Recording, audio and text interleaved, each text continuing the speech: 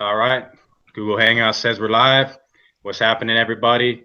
We're back at you in 2017. The MMA Advocates crew is back at you.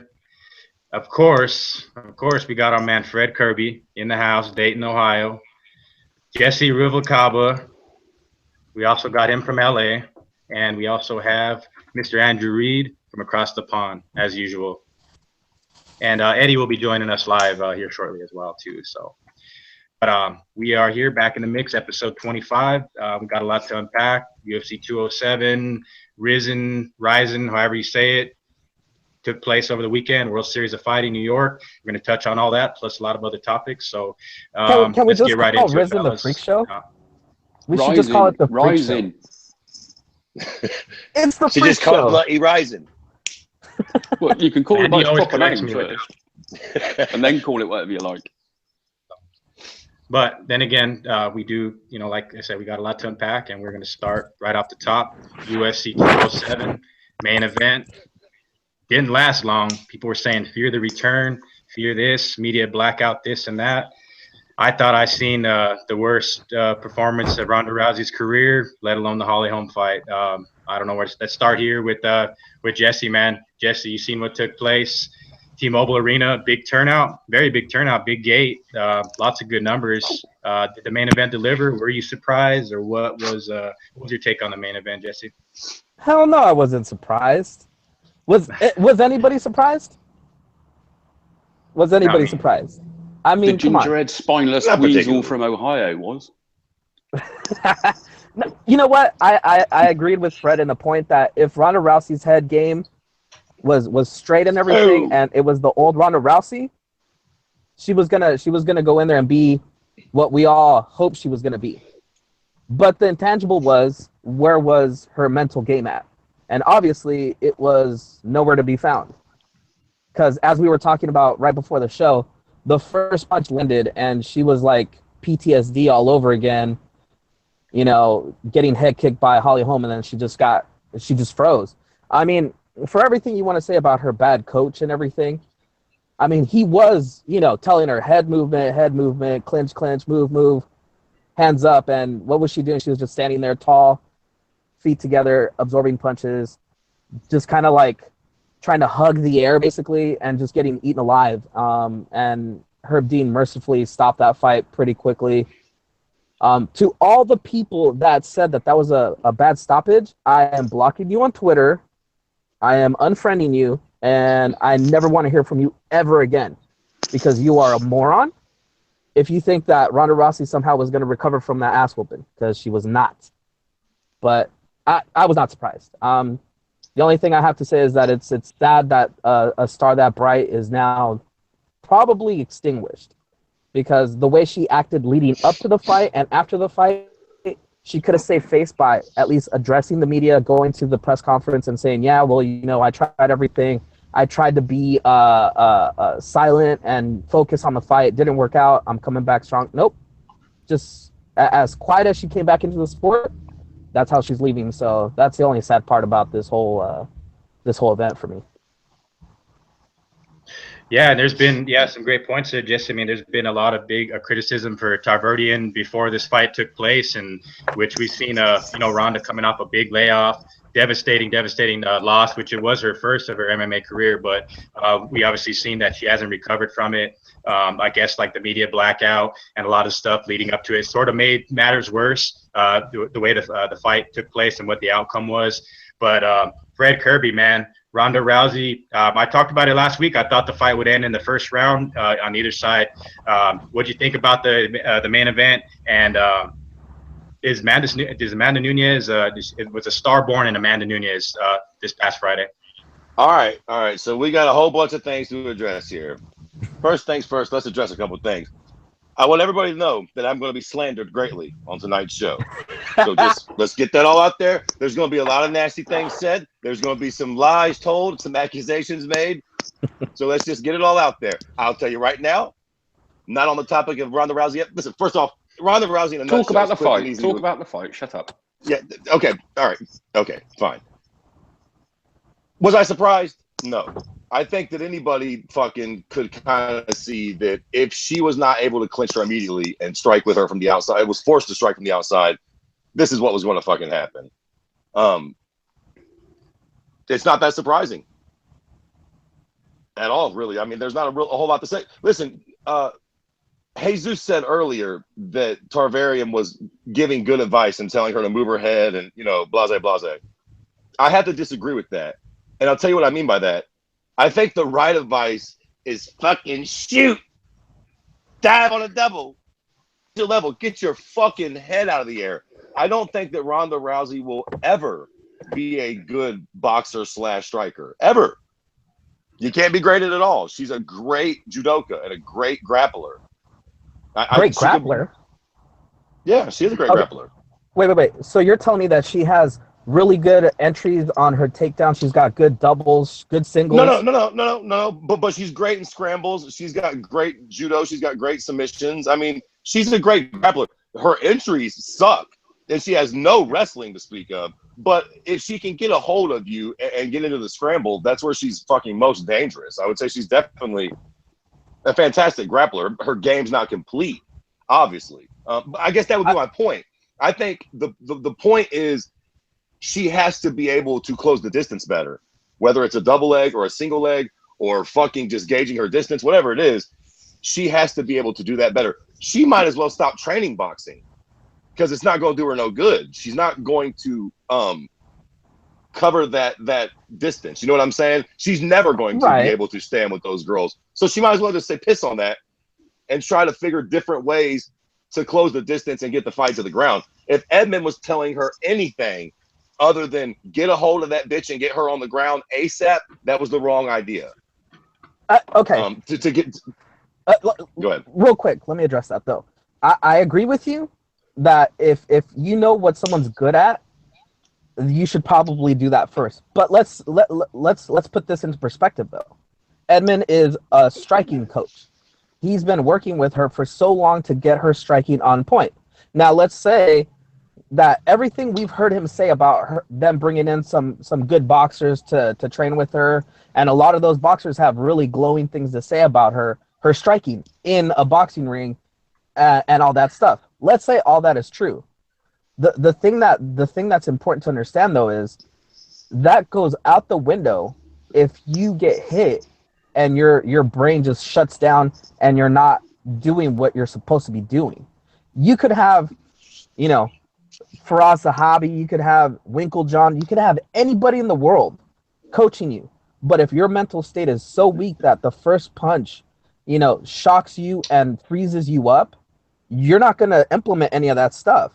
And then you saw what she was trying to do. She was trying to do that hook punch to kind of wrap Nunes around and drop her. And she couldn't even get that off right. You know, it was just like, you could see like the panic in her face right away after that first punch, and then it just kind of all went downhill. Like she had no answer for anything else. But Edmond's also her main coach, right? He's her head coach. Yeah. No, yeah. Okay, well then that falls on his head. He needs to fucking figure that shit out. You know what I'm saying? He shouldn't have her. Listen, Brock Lesnar has that same type of vibe, right? Comes from a grappling background and just doesn't like getting punched in the face. You've heard a lot of great strikers. You know how you get used to getting punched in the face? Getting punched in the face. Hard sparring. You think motherfuckers that come out of fucking shoot the box are worried about getting punched in the face? Or just, you know, like all the guys that fucking English carries on about constantly, all the Muay Thai guys. You think those guys they're so used to getting punched in the face, it doesn't do the same thing. Ronda's just not used to it. And I don't even know if she could get used to it. But unless Edmond had her in there basically getting wailed on constantly, you know, like Nate Diaz or Nick, it was Nate Diaz that was talking about it recently in some interview I heard, talking about who's the boxer that he trains with all the time? Andre Ward? Yeah. Andre Ward, yeah. He was talking about when whoever it was first linked them up, he's like, you know, Andre Ward would beat the shit out of me. But eventually, I learned how to swim, and I got used to fucking taking those shots and boxing with that guy. And you see it when Nate fights these MMA guys. You see that his boxing is just a little bit above theirs. So only Edmond knows if those girls were really pushing Ronda and rocking her in her jaw. But I tell you what, judging from her performance, it doesn't seem like it. She got hit one good time, and didn't want no part of that. Well, that's true. See, that's the other thing. Leading up to this fight, they were specific in saying that she had no actual rounds put in. She was just doing, mitt work, bag work, but no actual sparring because they wanted to preserve her brain. And that in goes to your point. Like, if you're not sparring and you're not used to getting hit, you might as well just not show up, because you're going to get hit once and everything's just going to go out the window because you're going to go into panic mode, Yeah, and it showed right away. Yeah, of course. On that topic too, adding to it, I think Josh the Punk Thompson made a very good point about it on the 4 Ounces podcast. He was talking about like the early fights in the UFC for Ronda Rousey as she was cross-training with the Diaz's, training with BJ Penn. We definitely seen that in her performance. Based on last Friday, Andy, I'll get your take next. Lots of mistakes were made. Mental game was completely off. She has not recovered at all. And like Fred said, ultimately Edmund knows. He knew if she was prepared or not. She was a sitting duck in there, Andy. And what's your take on that main event? Well, Edmund is the yin to AKA's yang. If they trained far too hard and spar too hard at AKA, then the karma offsets that with what bloody Edmund does. She doesn't spar hard. She's Ronda Rousey. She gets what she wants when she wants it. She's a spoiled little child, and she had what was coming to her. She was a brat before. She was a brat afterwards. She was a brat before the Ronda Rousey fight. She had the Holly Holm fight. She's gone. That's it. There's no way she can come back to MMA. Yeah, and you've been predicting a lot of the future too, Andy. So that's something where you said that she didn't have a chance in the fight. A lot of us agreed to that. It really, I just, like I said, thought it would end in the first round on either side, but she showed that she didn't have any chance in the bout. I said she would get absolutely demolished, and she did. And go back, she did actually try a hip toss after about the 15th or the 20th second. She tried one, and it was feeble. If you actually look, it was Fred, hit the nail on the head, basically. And talking of heads, why he's still got hair on his is beyond me. But anyway, he hit the nail on the head by basically saying she has never been hit in the face properly. The only time she's been hit in the face is when she gets in the cage, and she just doesn't know how to cope with it. I forget who was it that said everybody's got a plan until they get punched in the face. Mike Tyson. Exactly. It's exactly that. And the problem she's got is that Edmund had no plan in the first place. So, whatever plan she didn't have got punched out of her head within like 10 seconds. She didn't want to be in there. She looked absolutely, I mean, I honestly think that the reason she was being so brash and big-headed is she was terrified. She was terrified of losing, and she's terrified of losing that career. And let me ask you guys then, Dave, especially, I want to hear especially from you, Dave. John Jones put out there on Twitter saying that what would probably benefit her is to go to like one of those super camps. And he sent out the invitation to her to come to Jackson and kind of just live among actual fighters, train hard with them, and kind of learn from that. So do you think if Ronda Rousey, now that she's been humbled twice, hopefully she's been humbled, right? But we definitely know she's gotten her jaw like steeled on twice now. And like her mental state is broken. Now going to a super camp where they're going to break you down, find every area where you're not, good at, and build you back up and make you into something that is much better than what it is now. Do you think at any point we could see like the return of Ronda Rousey coming out of one of these super camps? Yeah, I think it's all up to her. I mean, it really was all up to her going into this fight where she trusted in Edmund as, I think Josh Thompson touched on it as well. As a lot of these boxing guys, they're real, they're tight with their people. They don't want them to train with anybody else. And of course, Ronda trusted Edmund. She rose to the top, gained her fame, with him as her coach. So a lot of people don't approve of like. She could have risen to the top with blooming Pee Wee Herman as a coach. It does seem like that. I got to be honest. He's surfing off of her talent. It wasn't him that made her. She made him. Correct. Yeah, I agree to that, and I think it's sort of like Josh the Punk Thompson was saying. It's something where he's a bit stingy with her.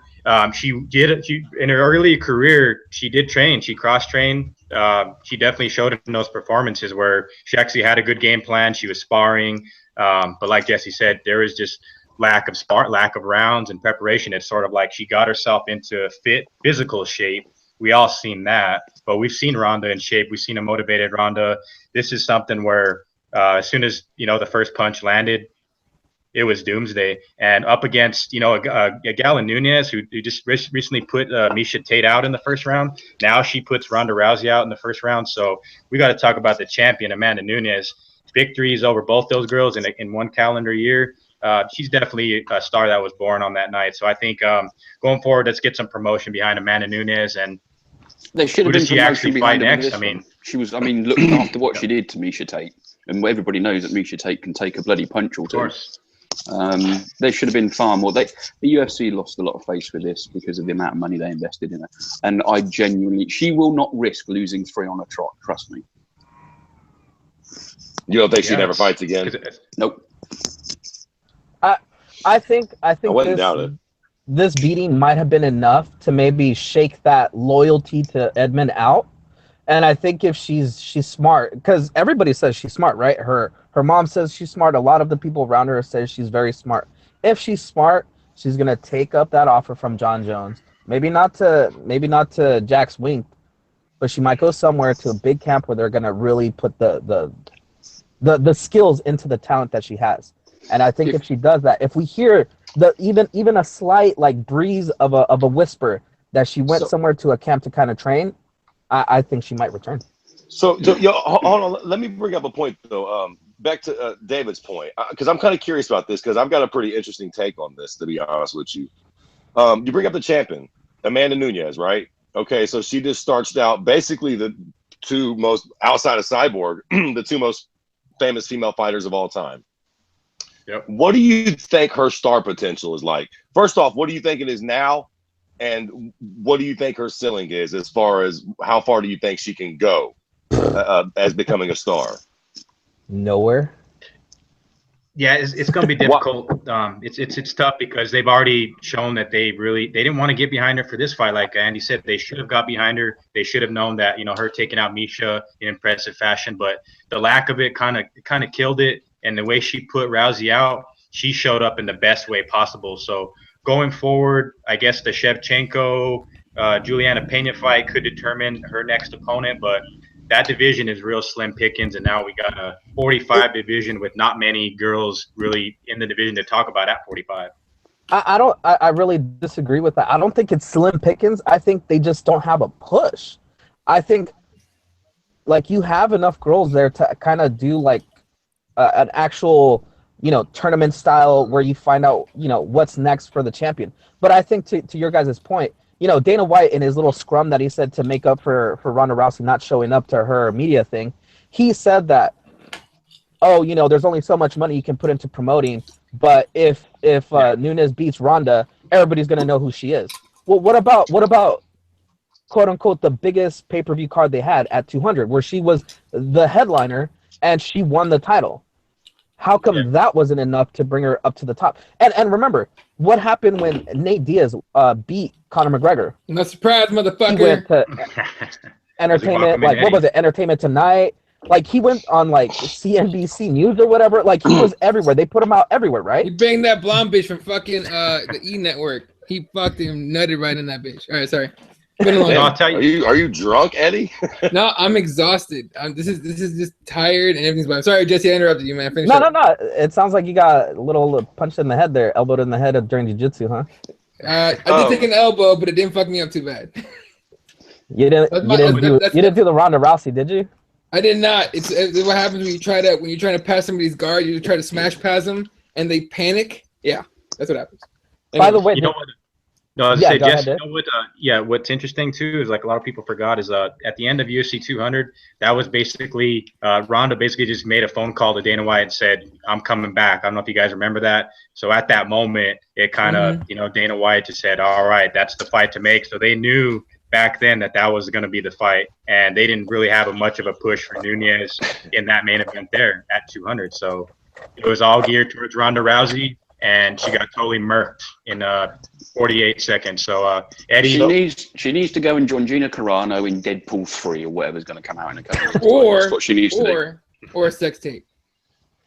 Oh God, no! That'd be with bloody Travis, wouldn't it? God, fuck off. No, anything to get Gina Carano naked. I don't give a fuck.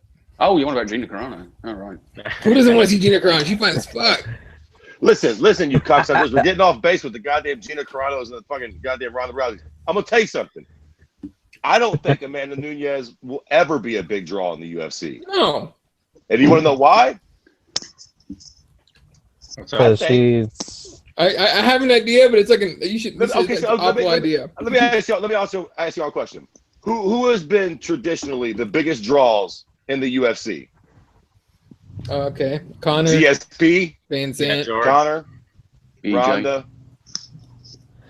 No. Do we have a BJ Tyron was Woodley never in our like midst? that though. He was when he was never a licking draw blood like off that. his fucking gloves. Yeah, but that was short-lived. Shut up! You should be hairless. Fuck off. It was short-lived. BJ was never a draw like GSP or fucking Chuck Liddell. I'll be honest Anderson with you. Silva. Anderson Silva was barely a draw at the end of his fucking career. Chael Okay. Sonnen was a draw. It took him and Chelsea. Let me tell you something. I think she's the wrong race. I think MMA fans on a whole are slightly racist. Okay, Well, well, you let me combine kind of Kiss with my that. fucking ass. I'm serious. No, I think real quick. Do you think maybe she's not an attractive chick? Maybe that has anything to do with it? That definitely was doesn't help. Was Holly Holm attractive? All due Yeah, respect. but she wasn't a huge draw either. Yep. She was a lot fucking bigger draw than fucking Amanda Nunes is going to be ever. Probably. Yeah. They beat the same person, except Amanda Nunes did it more impressively. I guarantee you, Amanda Nunes does not get the rub that Holly Holm got after beating Ronda. I guarantee you, it's not the same, and it doesn't translate. And I think it's not only. I think it has a lot to do with the fact that she's Brazilian and she doesn't speak English, and the fact that she's not. Well, She's American, American, isn't she? Oh no, that's Cyborg. She barely speaks fucking English. She speaks serviceable English, but that's my point. I think to the average dude, bro, and Buffalo Wild Wings, they don't give a shit about that. They're not. I'm telling you. I think it's like MMA is like the heavy metal of the sports to music equation. I think it's got a slightly racist undertone. John Jones should be a way bigger star than he is, and he never was. He never was the draw that he should have been, as dominant as he is. Well, rather than that, do you think it's just non-Americans because of Bisping's, as white as they come and as bloody common as they come? He's certainly not getting the recognition he deserves. I mean, I know he's just been named Fighter of the Year, but as far as fans are concerned, yeah, but it's taken a fuck of a long time. Yeah, but there might be a little, maybe a little bit of that, But I think the being foreign and brown hurts you even more.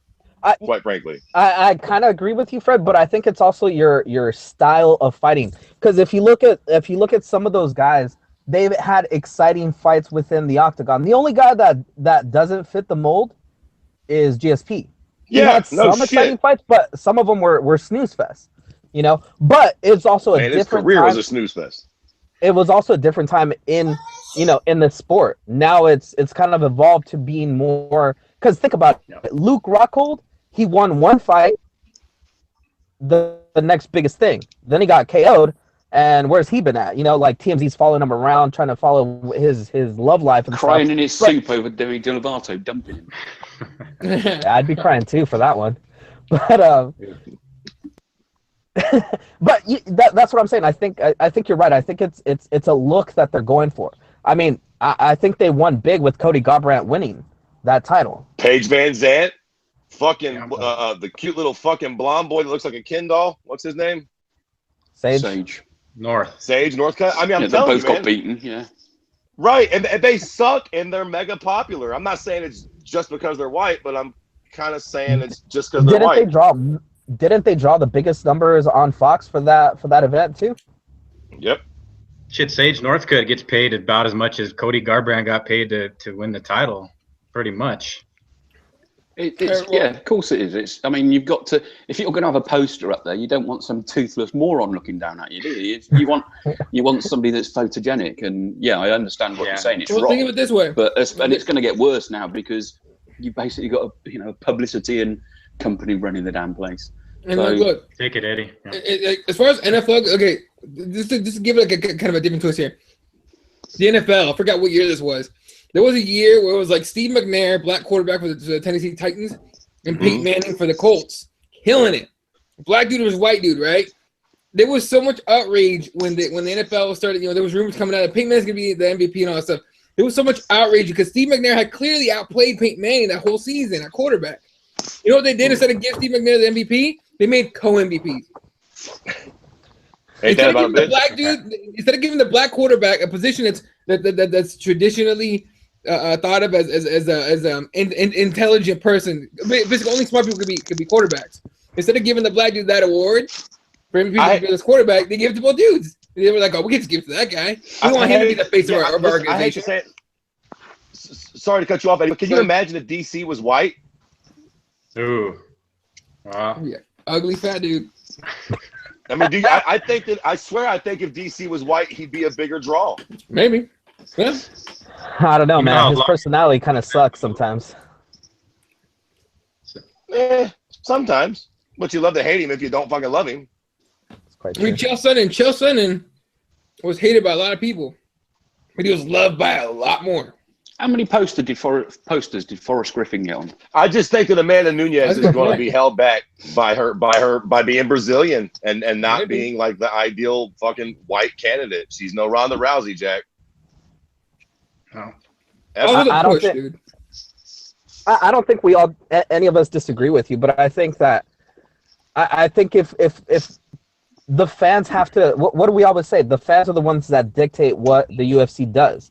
So if the fans don't get behind somebody, but the other point is, you look at what happened with the media. What was I complaining about? All the media people saying, "Oh, this is a wasted trip now because we don't get Ronda Rousey to do interviews and stuff." Some of them even went home. Didn't even care about trying to get an interview with anybody else. When you have Amanda Nunes as a champion willing to do stuff, and you could put her story out there, but a lot of these people didn't even give that respect to her because they're cunts. I mean, it's ridiculous. They're cunts. They're not journalists. They're not anything. They're pieces of shit that were there to get the hype story. And when they didn't get their hype story, they walked away and they left. They're not journalists. They're not reporters. They're not anything. The pieces of shit that went there for a handshake and a quote to put on television to get more views and clicks. That's all that was. But I totally get what you're saying, Jesse, for sure. English might be on something or two, man. It might just be a foreigner type thing. Because I mean, shit. Wasn't nobody trying to fuck with her. I'll bet you if Amanda Nunes was American, somebody would have fucking did something with her. She's the goddamn champion. She just felt like she got no love at all from her. Did Misha take it a lot of love when she won? Like a lot? Not really. And she's not more than she already had. Because she never beat Ronda, that's why. Oh, there you go. Yeah, exactly. What the fuck? I mean, yeah, but then Holly didn't get other than in Albuquerque, she didn't get much notice either. After it was the kick that was seen around the world for a couple of weeks, she disappeared. It's you have to you don't, especially. I mean, you've got the likes of oh god, what's his name? Alan Joban. You've got a fucking Versace model. You can guarantee that in his next fight they're going to be. Especially he's the guy that beat bloody. What's his socks the other week? Mike Perry. Is it Mike Perry? Yeah, Mike Perry. Yeah. So you can guarantee they're gonna start using his face if Versace let him. That's their big problem because he's probably signed a multi-million. But that's what's gonna happen with them. They don't want. You've got billboards of faces. I mean, fuck knows how Conor McGregor gets on it because he's one ugly bastard. But you've got billboards of faces. they really genuinely do want the ones that look. It's sexist. It's incredibly sexist. But that's the way they're, when Luke Rockhold, look at him. I mean, he's got model looks at it. He walks around. You could walk around with Demi Lovato or whatever her name is. He was somebody that you could put in a magazine and have a full page black and white picture of them, and women, which is what you'd want to attract when you got him on there, would be going, oh, swoon, swoon, swoon. Especially when, and the other kind of problem they've got as a selling point with Nunes is the fact that she's gay. You cannot get men to appeal to her because everybody knows that she's completely out of reach. True. Of the women that watch MMA, there's probably, I don't know what the percentage would be for them that are gay, but again, you've got a limited audience within the women's side of it, so it's a very difficult proposition for them. Well, then you got But the it's guys one like that Fred they- that see that as a challenge, right? What being? Yeah, I was about to say that. gay I was about to say that. and- God damn it, Jesse. Jesse fucking beat me to it. I was gonna say. Then you got the guys that go, "She's gay, huh?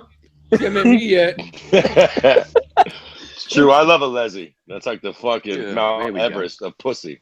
You ever banged a Leslie before, English? You ever turned a girl? Turn them the other way. Holy shit, they got a genuine LOL. Well, speaking of promotion, we know we have a new champion crown, a new Bantamweight king, and I think they're gonna get behind this guy like no other. And they already have pre-fight before everything was going down. We've seen him ice skating with scarves and with his hot chick and this and that. That's So right. he's ideally everything worked out the best it could have been for Cody Garbrandt. That's in my opinion. And I think I heard somebody touch on it. They sort of said like it was kind of like a stealth PR move by WME and UFC, as he was totally fucking up leading into the fight, but post-fight with Maddox in the cage, everything, that story with that, everything worked out perfect for Cody Garbrandt. So we should have known, Mr. Kirby, being that Cody Garbrandt's an Ohio guy, we should have known Fred was going to go with Garbrandt. And to the T, you were right. It was a crazy fucking competitive fight. The Dominator hadn't lost in 10 years. True champion with and without the belt. Love Dominic Cruz. I love the way he carried himself post-fight. But, yeah, we have a new Bantamweight king, guys. And I guess we'll start here with Eddie, man. Eddie, your thoughts on the fight, and what do they do with Mr. Cody Garbrandt next? Do they put him up against Team Alpha Male former foe, TJ Dillashaw?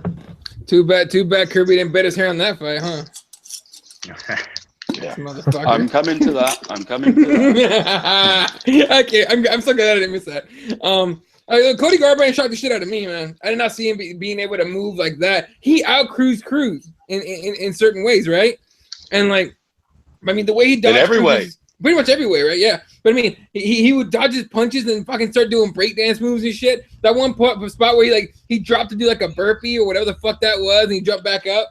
That shit was just his night. He was on. Everything was working. Everything that could have gone right went right for him. And everything that could have gone wrong for Cruz went way wrong for him. It was honestly. And then after the fight, to give the belt to the kid Maddox, you said, I think, right? He beat leukemia. Or he was still doing something with leukemia. To do that, I mean, just as a human, right? That's just a great thing to see. Somebody that busted their ass their whole life and say, "Hey, we're gonna do this together. I'm gonna give you the belt. I'll get a fake one. Don't even worry about it." That's great to see. Out of a guy that has fucking neck tattoos, is crazy as shit, want to start a fight at the weigh-ins and whatnot, but it's showing that he has a human side. But think about the UFC going, this guy is marketable as fuck. What? Mm-hmm. He's a nice guy. He's a bad boy with the guy with the tattoos and stuff, but he's a nice guy. The UFC loved that he did that. Loved it. Every second of it. Now, what did they do with him? Exactly. What else other than TJ Dillashaw or Dominic Cruz? Who else do you throw in there? I think they should do TJ. You know what I mean? Bring the team alpha male versus TJ, bailing out on them storyline if they really want to do that. If they do the Dominic Cruz rematch, I won't be upset. But I think even Dom said he thinks TJ should go next. But I'm down with TJ.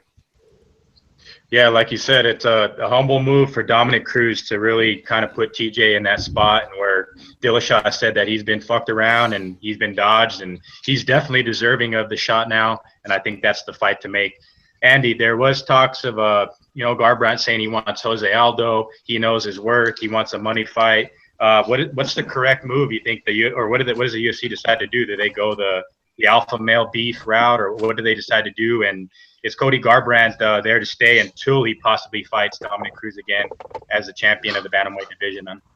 Well, firstly, I want to say fuck off Cody Garbrandt, basically because you're getting to the point where I'm going to start liking you, and I will fucking hate myself for it. I mean, firstly, he couldn't have performed any better in that cage on Friday night. Was it Friday? I don't know what night it was. Yeah. Friday night. On Friday night, I mean, he just showed a side of him that, whether it is because he was hiding it or whether it is because he was just knocking people out too quickly, we never got the chance to see it. He was hiding a part of his game that nobody knew he had. And he did outthink Dominic Cruz. Nothing but respect for him. as opposed to where does he go next? Yeah, you've got to give him TJ, haven't you? Alpha male will want that. They've just avenged the guy that's beaten most of them, and now they want to avenge the guy that's fucked off and left them to it. They just want to. There's a few sort of bits of unfinished business they want to tidy up, and I'm sure they'll go for the TJ fight. I agree to that. I'd love to see it, and I think that's the fight that'll get booked. Garbrandt's pretty fresh, so is TJ, and he kicked the living shit out of John Lineker. Didn't he just? God damn. But Fred Kirby, man, we talked about it last week on the show. I mentioned it. I thought that Garbrandt's speed would be key to victory. I think that's where Uriah had a lot of his success against Cruz in his early fights with him. Garbrandt, like Andy said, he's sort of like he had a little hidden an ace up his sleeve. Couple aces, actually. He had a fucking full house. You know what I mean? He had the speed. He had, I can't believe he was mocking Dominic Cruz in that cage and doing Dominic Cruz. I was dying when he did that shit. I was like, and I picked Cruz. And I'm a Cruz fan, but goddamn, it was hilarious. Of course you are. Nothing but respect to Mr. Garbrandt. I think everybody's going to be getting neck tattoos in the near future. Not us here, but everybody else can go do that shit. But Fred, man, Ohio brings another title back home. You got Stipe and you got Cody, man. What's your thoughts on the fight, bro? Okay, so listen, first off, for all the same reasons that all the racist dude bros will never give Amanda Nunes a chance, they just hit the lottery with Cody, Jack. He couldn't be more up their alley. And he saved a little fat fucking white kid with cancer. I mean, all due respect, that's some fucking nice laying on her hands or something. What do you mean he saved the kid with cancer? Was he fucking Jesus now? Piss off. He gave him something to live for. English, don't be fuck off. I think you'll find the medicine and all the fucking treatments he had he went through is what. He's a fucking Cody Garbrandt didn't walk up, get on his knees and touch his forehead and go, oh, now you're fucking. Did he punch the cancer out of him? What the fuck are you talking about? Cody Garbrandt saved the kid's life. These are facts. The kid wouldn't have been fucking. The kid wouldn't have been making it. No, the kid saved his own life. You fucking weeble. Go and shave your fucking head off. Go and shave that fucking ginger fucking bun off of your head. You fucking weasel. Spineless little ginger worm. Listen, they hit the lottery with Cody. He's marketable as fuck. And listen, all bullshit aside, I think that he did get into Dominic's head a little bit. I've never seen Dominic this animated for a fight before. And when he was walking out to the cage, I've never seen Dominic look so mad and focused. And I was just really feeling like when he was walking out that was his undoing. Cody seemed cool as a cucumber for whatever reason. And that's the weird thing, right? Like all signs would indicate that it wouldn't be like that. Dominic's been there a million times. He's been a champion for years. He's been in these big fights. He's been in numerous scenarios like this. It was Cody's first time. Cody's got the goddamn cancer patient with him. Everything's riding on the line for fucking Cody, and he was cool as a cucumber. And for whatever reason, Dominic wasn't. This is the one time where Dominic seemed kind of rattled mentally. And then when he started getting clipped, he definitely seemed like he started getting frustrated. He seemed like he was chasing way more. I mean, I know he's always a bit more, on the attack, but I felt like he was getting restless and, forcing things and, just kind of fighting out of anger and not fighting the way that he normally does. Now, I will say this, all bullshit aside, there's not much better way to take an L, right? I mean, Dominic showed up to the fucking post presser, fucking glasses on, analyzed his own performance, gave credit where it was due. All bullshit and jokes aside, that's how you take a fucking L. And I guess you could make the comparison to Ronda Rousey, where English, as much as fucking shit as you talk, you're absolutely right. She is a baby. The fact that she didn't own up, she didn't say nothing to the media.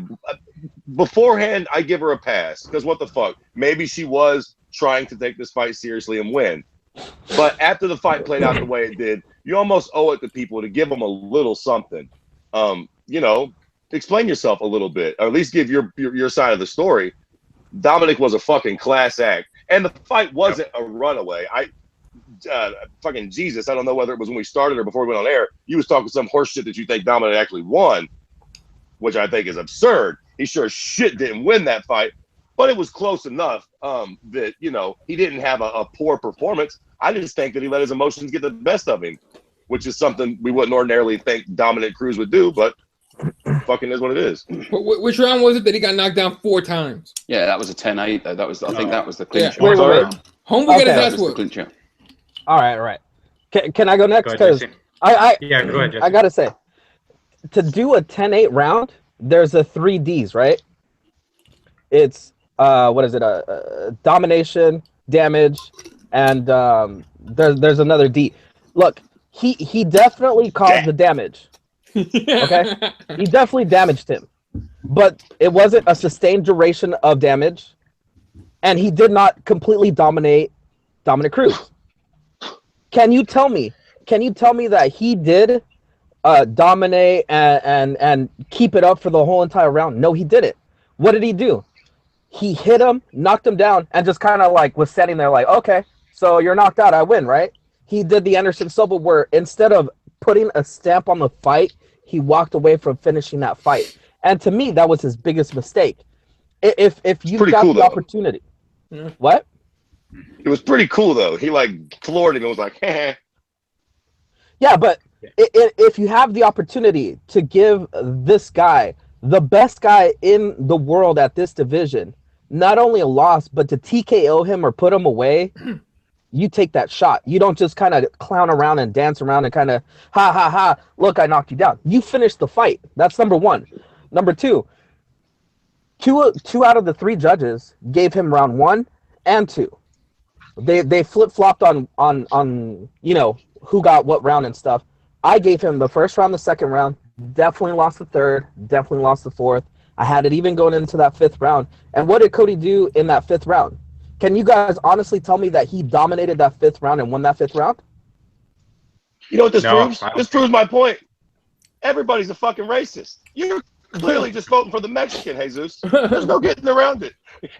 See, and it also it's a bit interesting too, as Garbrandt, when he was interviewed post-fight, he's talking about the 2nd round when he landed that knee and opened up that nasty gash on Dominic's eye, and That he was knew a headbutt, wasn't it? It was that was not a headbutt. It was a knee. Wasn't it? Was it? Yeah, I thought they had reported it as a headbutt too, but I remember that night. Rogan said it, but Rogan got too excited and said that shit. But no, it wasn't a headbutt. Yeah, didn't he walk past somebody and they actually said it was a fucking huge gash? Yeah. It was a bad. nasty gash. It was bad. and see, But he's So sort of bad, like Fred would have fucked it. But that's my point, though. I couldn't get my dick in there. If you look at the first 2 rounds, I don't think Cody did anything enough to beat him. And then in that 5th round, he cruised when he could have definitely put a stamp on in the 4th round. I really, really think that the one thing, the intangible that Cody had going into this fight is that the amount of tape that they had to watch on Cody Garbrandt was damn near nothing.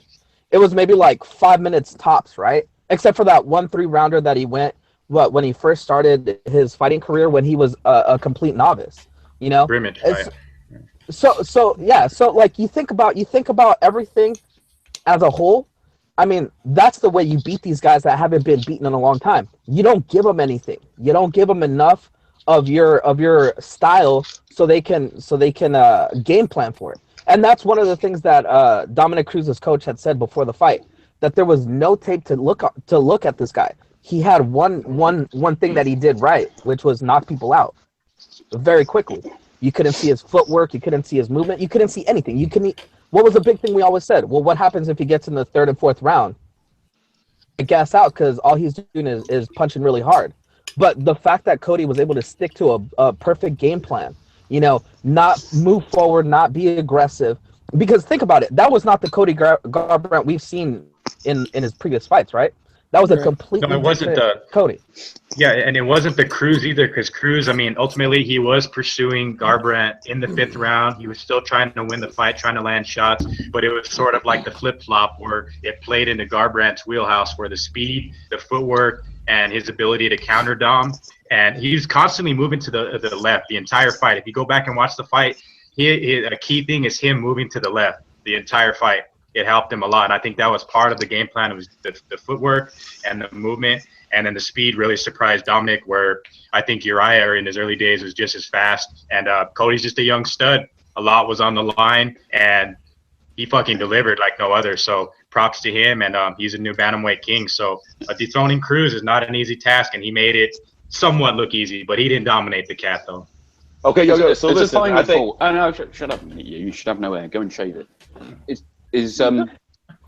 Basically, a final thought is the fact that two things, really. One, do you think that Alpha Midget, because of all the losses and all the fighters that have fought Cruz, have finally learned how to fight him? And two, did Cruz actually overtrain for Garbrandt because he wanted to just show him up too much? No and no. Fair enough. Fred? possibly and no. I don't think that Dominic overtrained, but I do think there's something to the idea that if you keep taking a stab at a guy long enough, eventually you figure the fucker out. And they're dealing with different, you're almost dealing with, like you said, or like David said, Cody Garbrandt is somewhat comparable to a young Uriah Faber. Quick hand speed, good wrestling. You know what I'm saying? It's almost like the game plan is able to change, but the body stays the same. So that definitely doesn't hurt that since they've been game planning to fight Dominic Cruz for 7 years now, possibly. Okay. But no, go ahead. Eddie, you there? Yeah. Okay. You're falling asleep over there. Yes, sir. What do you think, you fucking nutty Chicano? I thought I went first. All right, look. Fucking head. I'm gonna go as far as I'm gonna go yes. Alpha Male had so many stabs at fucking Cruz that they figured it out.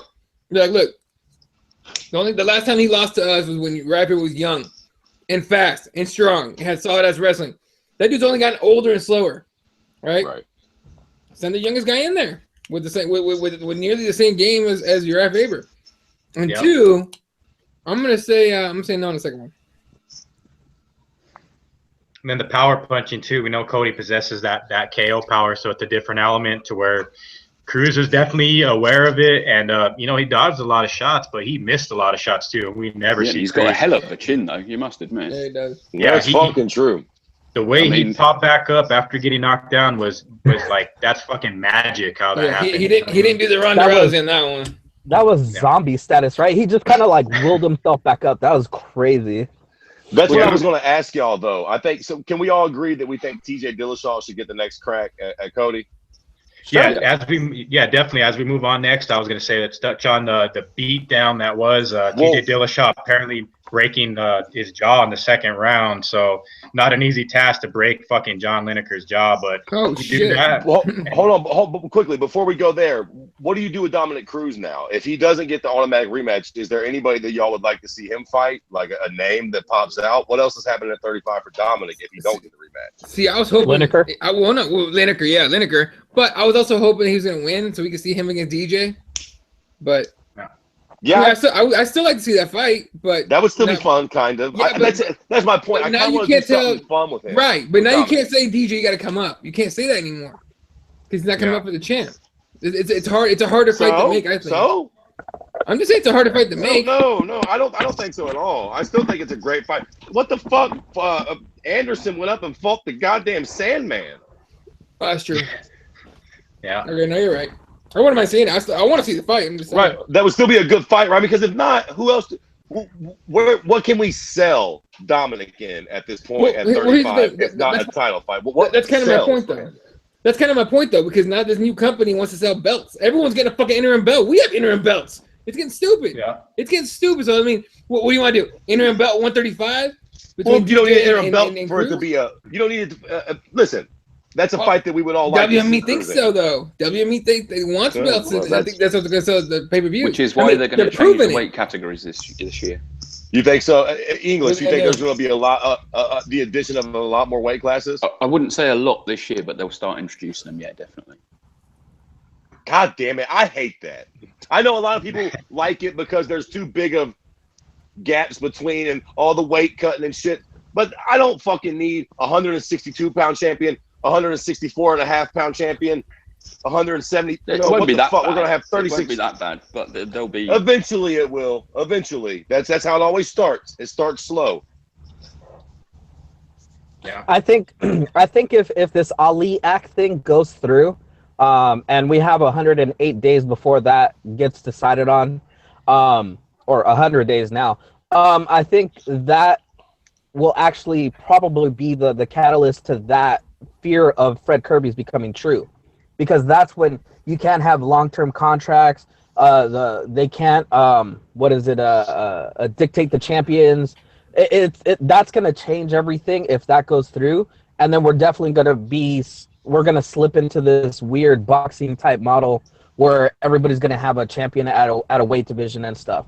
But I think from now until that happens, I think we're safe to say that they're just going to implement what was barely done with the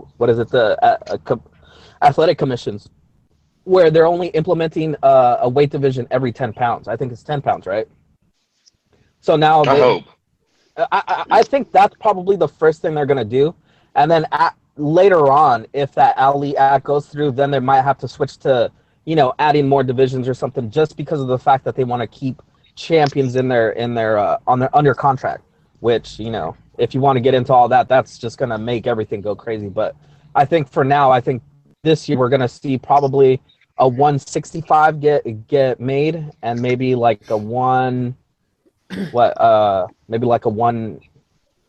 75, maybe those two divisions. That's what I think they'll do, yeah. 155, 165, 175, and then 185 and 205. More belts and more interim belts. And more chances for people to become multi-weight champions. And that's what they want. Anyway, but yeah. Go ahead, Andy. Okay.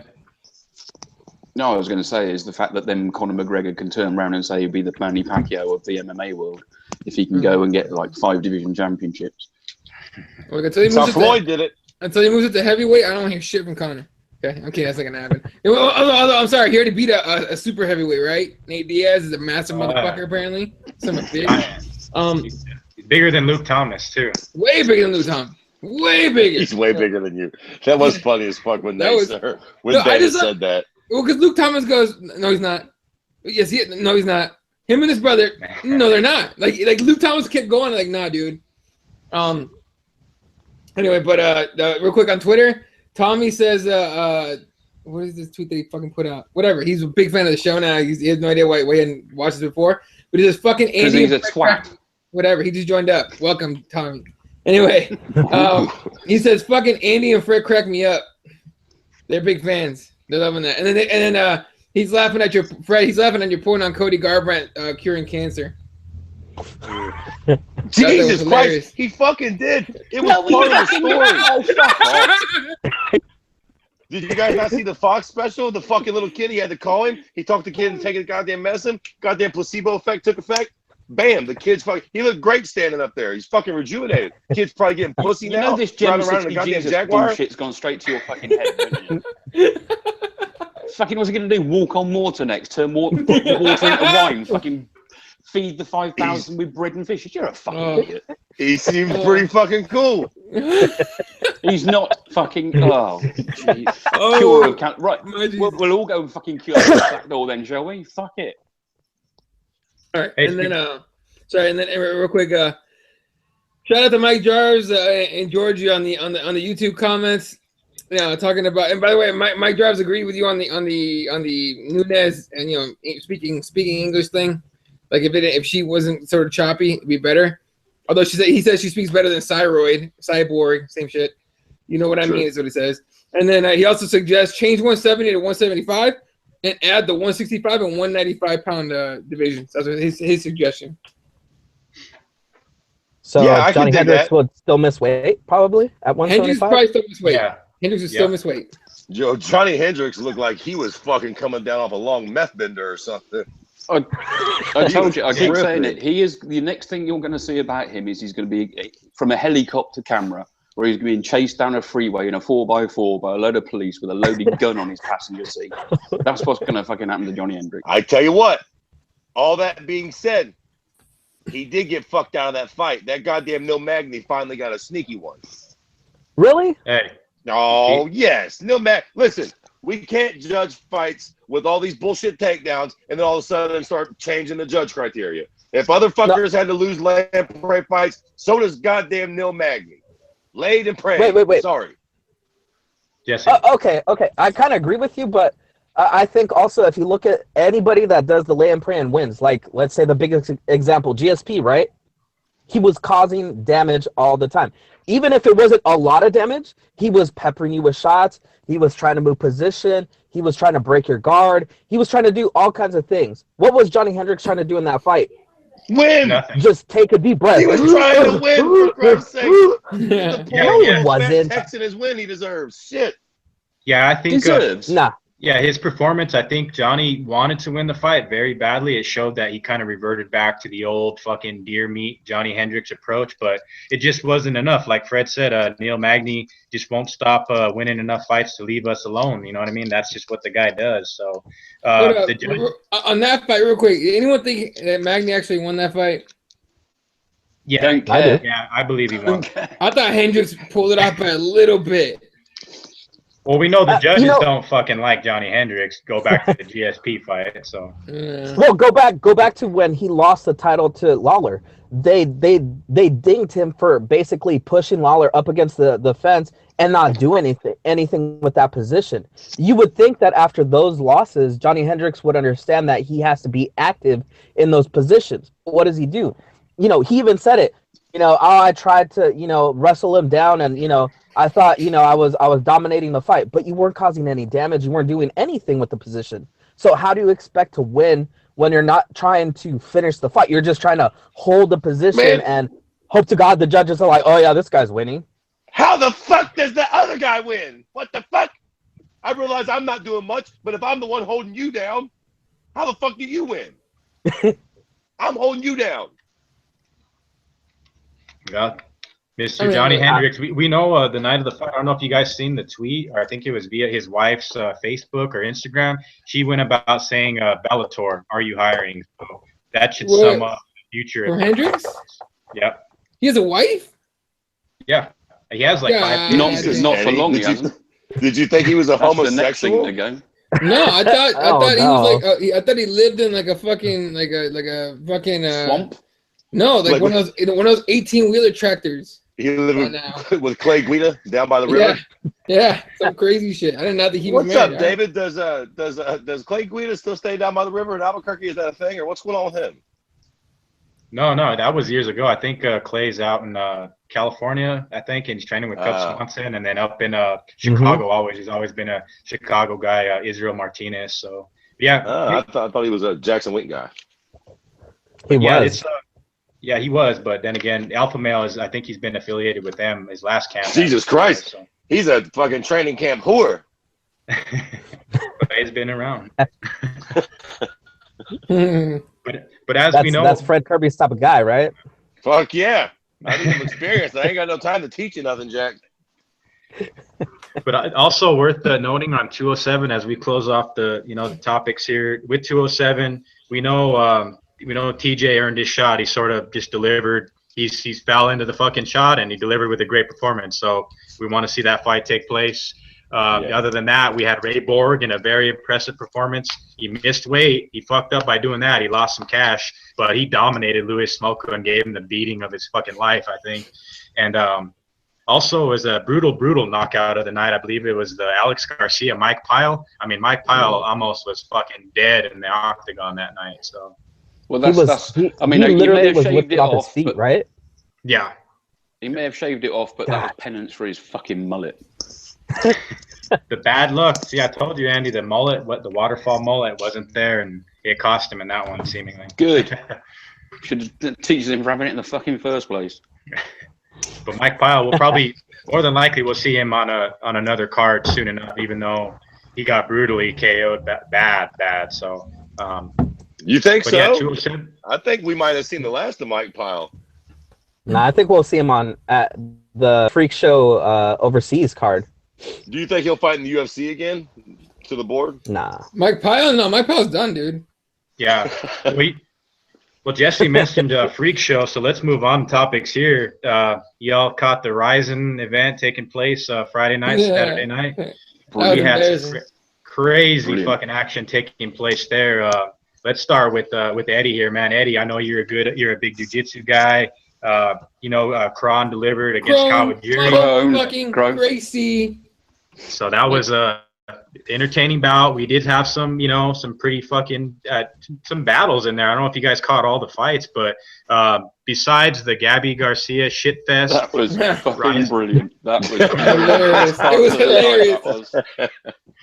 So I don't know what you call that, if that was actually a fight or what you want to call that, but it is what it is. So. Brilliant. Yeah, That's what it was. My theory on that fight.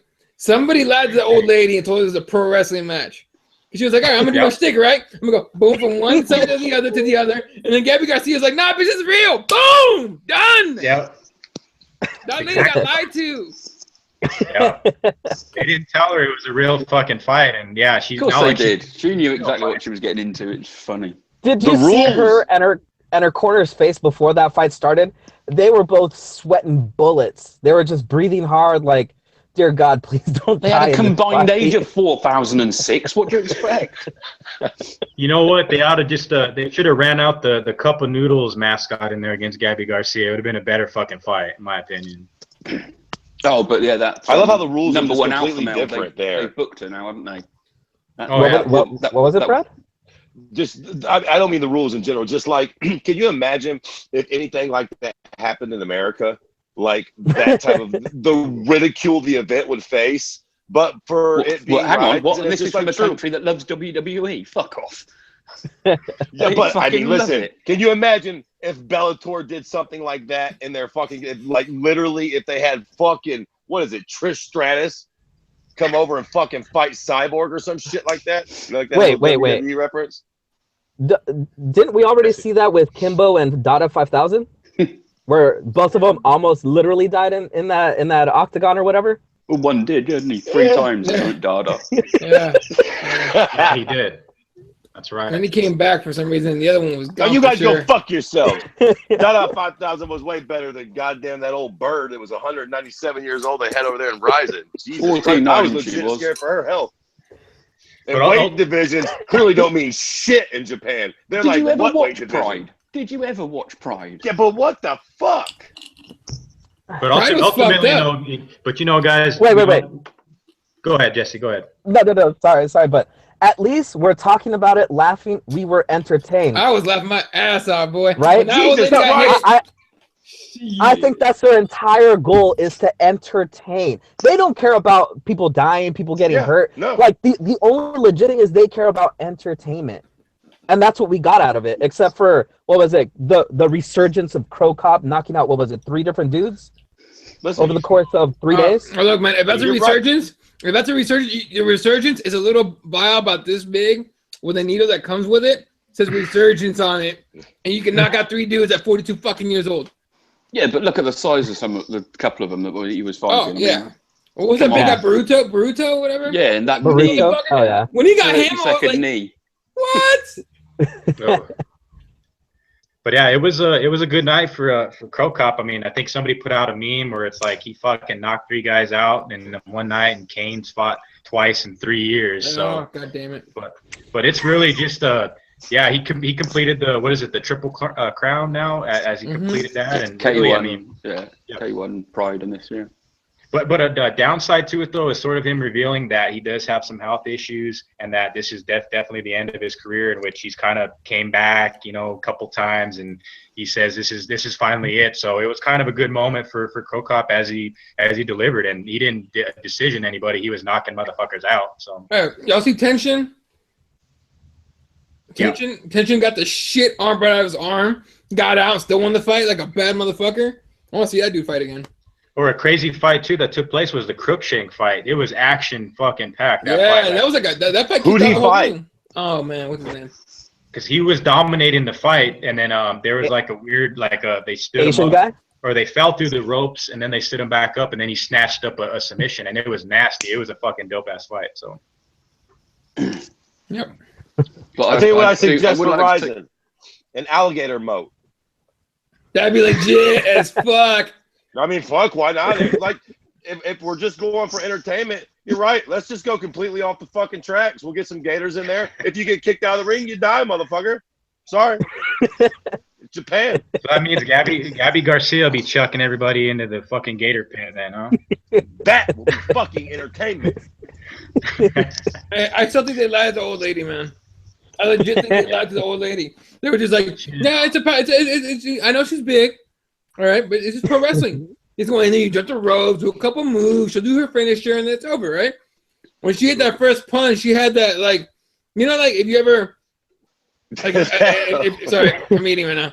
If you ever if you ever see someone hit their dog, and that dog that cowers like doing that like whoa, you know, like you're gonna hit me shit. You mean exactly like Ronda did in the I was just going to say, who was more embarrassing, the old bird that fought Gabby or Ronda? Who had the worst performance of the weekend? Because I kind of like the old bird. Gotcha. At least she bounced against the ropes. She was kind of showboating in the beginning. You see that shit? She pulled a Hulk Hogan on her. Yeah, whatever, dude. Ronda came out in the fight doing this shit. The fuck is this? Yeah. You know what I mean? Like what the fuck, bitch? Like, and then you kept your head in the middle. You kept your head in the middle. This is called move your fucking head. Stay out of the center line. This bitch was like center line. I can't move. And got that she was taught by the WBC World Muay Thai champion. She knows how. Fuck knows what drugs the WBC were on when whoever he got in the bloody ring with. Fuck only knows. But Edmund's such the picture of him with his belt just baffles me. That motherfucker. Go ahead. I had the worst weekend.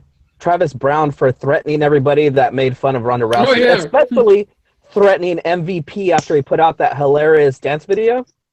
I think Coach Edmund threatened MVP too, though. Edmund said he's going to track him down and shit and get him, is what he said. Good luck with that. Yeah, good luck with that, Edmund. Edmund better fucking I'd get in the fucking ring with Edmund, I'll tell you.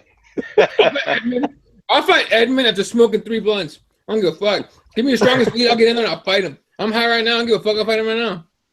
Busting right up. Fucking bloody world Muay Thai champion. Get the fuck out of here. Fake belts, man, fake belts. He was shagging somebody up the arse for that one. And didn't he have an MMA fight where he won? Did he win or did he lose? Get the fuck out. Yeah, I see that video circulating on Facebook today. Yeah, he did.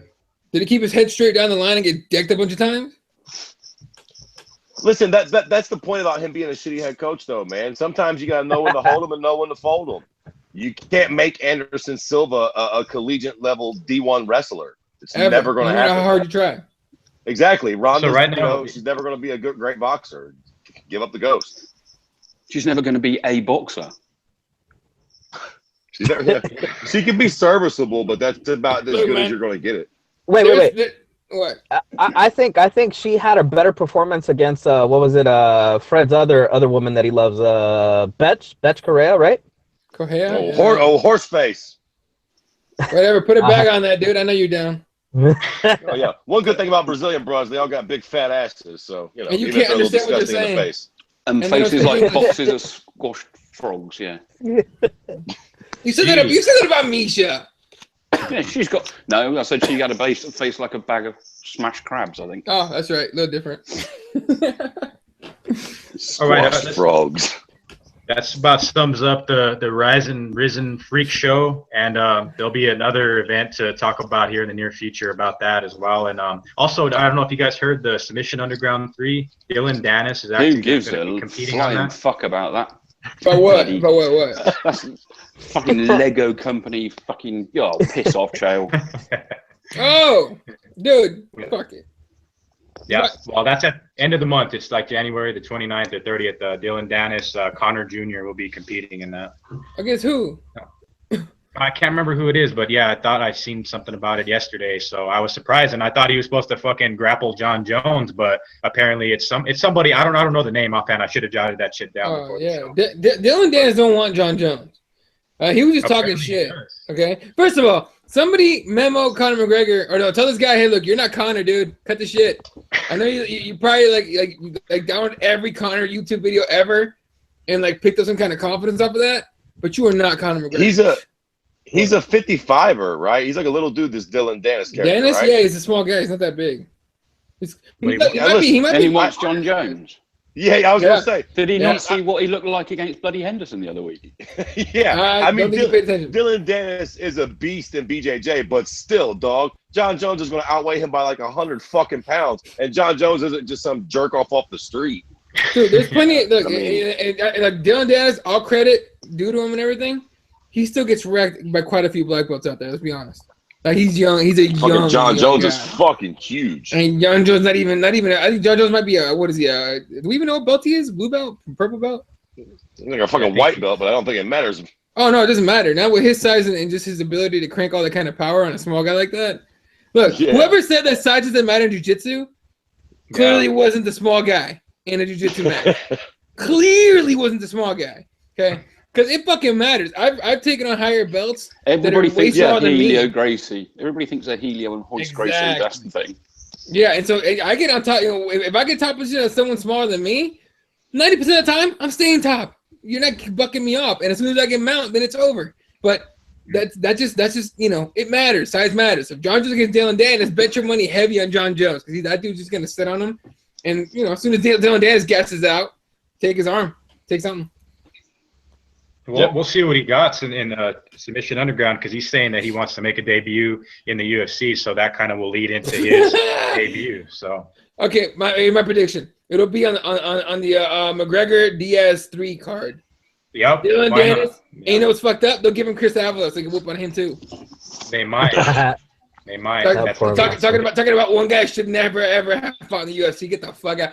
Look, I'm a Nate Diaz fan. Always have been. When I heard he's gonna bring Chris Avila in there. I've seen this dude fight. I've seen the videos. I was like, no. When this said Artem Lobov, I was like, okay, he's got a shot against that dude.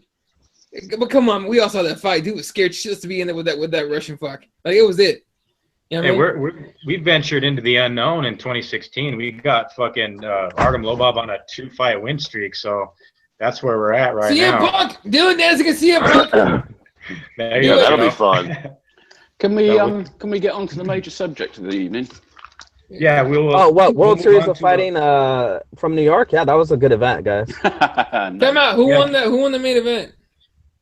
I was Which main event? They had 4 title fights. Oh, sorry, Fitch Shields. Yep. Fitch. Oh, what? And basically retired because he says he's got some crap in his brain or something, some irregularity, health, something. Gaethje won. Justin Gaethje won because his opponent. Yeah. Oh yeah, dude, he was losing that fight, and then his opponent blew his nose, his face swelled up, and then his eyes shut. So, good job on that guy. Was this a fight where Gaethje did that like barrel roll and like fucking hit him with the heel in the face? Somersault kick, yeah. Somersault, yeah. He somersault kicked him, right? And then his opponent, whoever he was, thunder. Whatever, dude. His opponent looks at him like, "The fuck was that, dude?" Like, give him this weird, like, "Really, dude?" Like that kind of look. And Gaethje's so like fucked up in the head. He's just, you know, he's like, whatever. I'll try. That was a low key good fight though. Yeah, it was. Let me tell you a little something about what? Let me tell you a little something about Justin Gaethje. We had that dude on Stand and Bang about a year and a half ago, and that dude is about as interesting as a goddamn stick of wood. Bro, you know where he's until from? we brought up duck hunting, which he was cutting our interview short to go do. He had all kinds of shit to say about duck hunting. This guy, Justin Gaethje's from Safford, Arizona. Do you know what is in Safford, Arizona? Clearly fucking nothing. Not a goddamn thing. I've driven through that shit. Took 2 seconds to drive through it. I'll tell you what's interesting about that guy. He sounds like a guy like that. I'll tell you what's interesting about that guy. He's blind as hell, and his style is because he can't see more than 2 feet in front of him. So that's what makes that guy like exciting to watch because he can't see what's coming towards him. And you can tell, I mean, he's a tough bastard. If you guys didn't see that fight, go back and watch it because, I mean, he was throwing bombs. He was getting bombed on. It was just a back and forth war. What was it, Dave? 4 rounds? 3 rounds? Yeah, it was I think it was the 4th round that they finally stopped it when he went to the corner as Firmino was just eating shots, but Gaethje was just getting lit the fuck up. Like he literally lost like 5 years of his life in that fucking fight. And if he didn't actually hit Firmino with a lot of the kicks to slow him down, Firmino may have got the better of him and possibly finished Gaethje, but he's known tough bastard, number 2 on the list. Go back and watch that fight. I mean, if you want to see a brutal matchup where you've never seen Justin Gaethje actually tested, I mean, he's been dropped before by Palomino. All of his fights are exciting, but he took a goddamn beating in New York. But man, is he an entertaining fighter? I'll never miss a Justin Gaethje fight. And on another note, Luis Firmino, he looked like he was juiced, and for him to take all those fucking shots, he had to be on something. Yeah, that guy definitely has like the most iron chin of anybody. Better than John Lineker's iron chin. But switching up to the other most interesting fight on that card was the Marlon Moraes fight. Why is that guy still World Series of Fighting? For real. That's it. This was his last fight in his contract. So hopefully welcome to the UFC, Marlon. We will see you at so much money. Yep. They need to throw him all kinds of money to get him there. Welcome to UFC, Marlon. I am signing you today, sir, to 135. Well, he probably got paid. I think he got paid equal to what Cody Garbrandt got for the championship fight, and he's in WSOF smashing cans, and he's been cashing in. He's made some cash. He's got more money made than a lot of these high bat. TJ Dillashaw, you name him. Moraes has made more money. I'd love to see the guy against the top competition. Absolutely. Fred, did you watch that fight? Nope. To be completely honest with you, I didn't give a shit about that card. I like Gaethje as a fighter, and I like Moraes as a fighter. But like, if there hadn't been a bunch of other shit going on this weekend, I might have watched it. But this weekend was action packed, so Yeah. Real quick, because we got a bunch of comments that popped up on YouTube. Mike Jarvis says, "How about Kat calling out Nunes for blocking her on Instagram?" Instagram, huh? Nah, I didn't know that. That's cute. I mean, Kat, Nunes, Kat, didn't Kat smash her? Yep. She TKO'd her in the third round, right? All right. Well, hey, Who gives a fuck what people do on Instagram? Fuck off and get a life. Well, I agree, but still, Kat. Don't be such a hater, you old sour puss. Kat, knock a couple bitches out and get your title shot. And I want to see Kat against Nunes one of these days. Yep. And on to a more interesting topic. I know we're all going to hit this one pretty good. Mr. Tony Ferguson and Khabib Nurmagomedov. There's been shit back and forth, money being offered from Russian billionaires or wherever the money's going to come from. It's got to come from the UFC. Contract's got to get signed. Tony Ferguson, Khabib. Andy, your thoughts on the whole – this thing has got to end, and they got to book this fight, Andy. What are your thoughts, man? Oh, it will get booked, but they're just pushing the publicity as far as they can. Yeah. Oh, for sure. The outcome's inevitable. It's just, the more publicity they make out of it, with the Khabib, look, I'll pay you, Tony Ferguson, just fucking sign the contract. It's all, it's just spiked it up another level. So just get in the fucking cage and fight. They'll get there. They'll get there one of these. I mean, look, how much more could Khabib be making than Ferguson anyway? He's still on his first contract, right? But he gets like free BMWs and millions from like Russian oligarchs, though. So. Oh well, look, Tony. I got the solution. I got the solution. Tony Ferguson, hit up my boy Chapo. Okay, you want that kind of money? He will hook you up with that kind of shit. Because you got to go from mafiosos to get that kind of shit. You can't Tony Ferguson, go to Jackson Wink. There's enough fucking Russians there. There you go. Listen. Tony Ferguson hits up Chapo, he's going to get snuffed. Yeah, he's going to get fucked up. Tony Ferguson don't belong to that world. They'll be like, nah, my dude, you're a gringo. With a bit of luck, Al Chapo's got his fucking eyesight set on your new president. Oh. Don't disturb him from that fucking task. Right here's where we need to set the separate recordings, boys. Take that shit across the pond, Jack. I'm stuck over here. I am as of... When do we inaugurate that prick in? Like 4 or 5 days or just whatever? Yeah, it's a few days from now. No. Starting then. Assassins of the world, you know what to do. Oh, God. Look, man, I'm already being hunted down by Trump. You're going to put me on the FBI list, dude. Listen, it's just going to be me and you on the show, English. You're going to get all these brown people kicked out of here. Trump's not fucking about. No. I might have to get one of those RVs and start just changing locations every night. Fucking A. On to Jesse though, man. Jesse, you know the rundown. We've been talking about this Ferguson Khabib matchup for quite some time. It's ultimately the key to fighting Conor McGregor. We know that he's quote unquote out of commission for 10 months. But Tony Ferguson has proved that he's a fucking killer. That's not easy to stop. Exception being my buddy Lando. He nearly stopped that motherfucker. But Khabib's a killer. He's undefeated. I'm tired of this money talk, this and that. Jesse, when do they get this fight booked? What card do we see this fight actually play out on, man? Whenever Conor McGregor says it needs to happen. I think he's the one that's kind of dictating in the shadows when this all is going to go down. And I think I heard that he said that he's not going to be out for 10 months. He's ready to fight in March, I think he said. As long as the money's right. Exactly. I think the money's right. I think now that Ronda Rousey got KO'd basically out of the UFC, I think now he has all the power because now he's the highest earner, he's the best seller. They're just gonna have to come correct to Conor. But I'm gonna cut myself short here. I want to give Andy the floor because he had something very important to say earlier, and we come up. Please, Andy, go ahead and take the floor. Yes, Mr. Kirby. You know what? This is already starting bad. You sound like a teacher I had one time or some shit. Yes, Mr. Kirby. We want to talk about why you're bullshitting about your hair on bets that I could have never paid off to begin with. Oh, come on. Right. Firstly, yes, you fucking spineless weasel. Why is that fucking ginger mess still on top of your head? Why have you not paid up your debt? It's due. Okay, you know what? I'm glad you stopped the show so we could get on to this, Jesus. Because I tell you what, these fucking characters on Twitter aren't enough. Okay, first off, your old English nut does not count as a legitimate bet. You accepted it. I don't give a shit. I'm not Vegas for a bookie. What the fuck do I know about it? The bet, it cannot be completed, is null and void. It's a fucking fact. You don't, just like Cody curing cancer. Right, okay. Right, I told you to do some reading, didn't I? Did you read about Mr. Schrodinger? No, of course I didn't. English. Have you ever heard of Schrodinger's cat?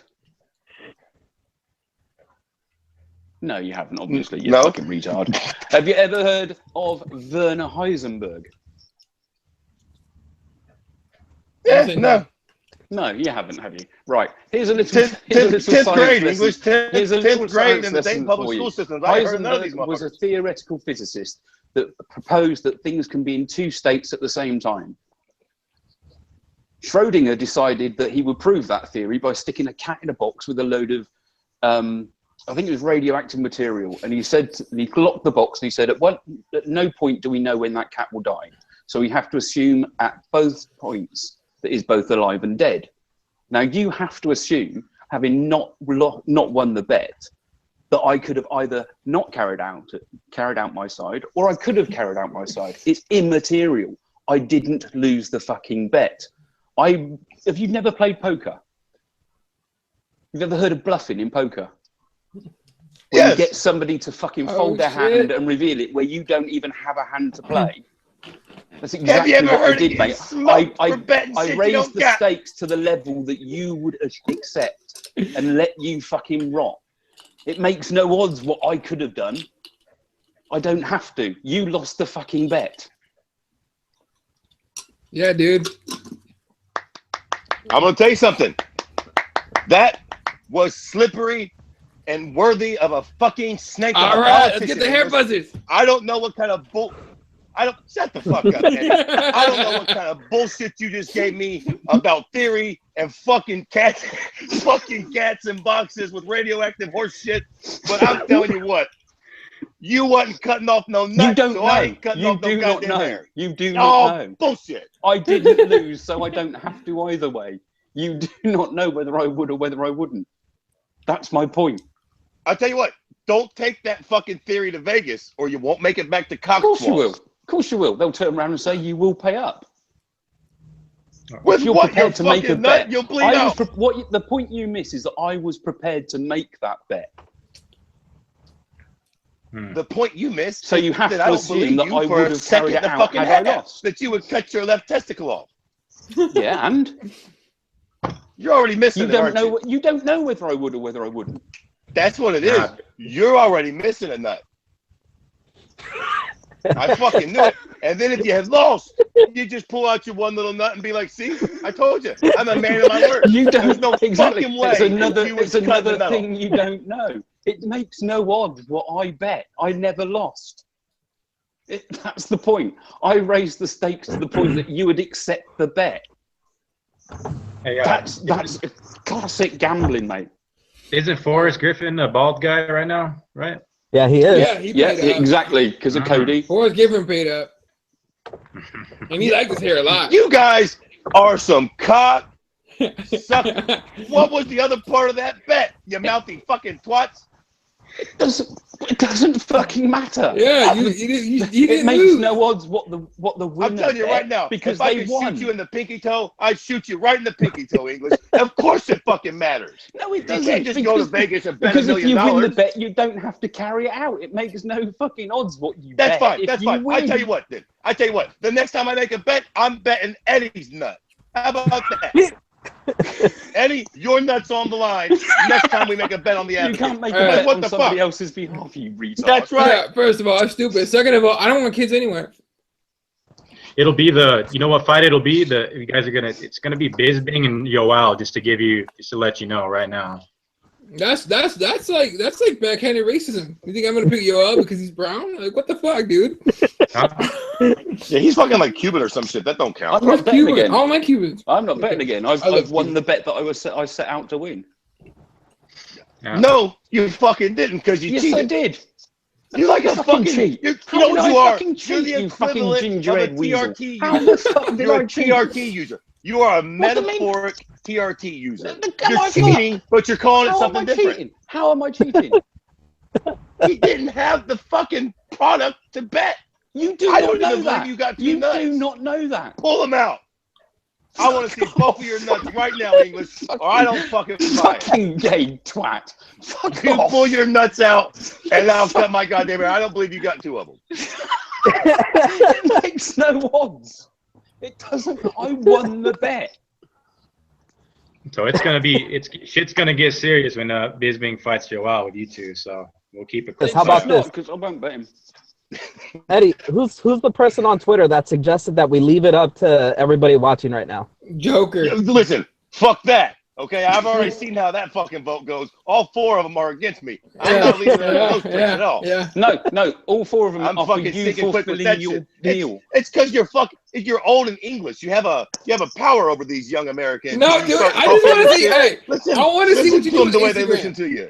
I want to see what you do on Instagram when your hair's gone. Like no more of Listen that. at you. No more of the I stupid can hear like flipping your hair I back. can hear and the shit. hate in your voice. It's not hate. I want to see what you did. You haven't had your hair. I lose If my anybody's power, watching man. this and they Shit, it's got find me a sweating spine thinking lying about it. around, can they return it to Fred? Okay, spine lessers. I have to go. I gotta go. Is You're there going to anything, slither off now, are you?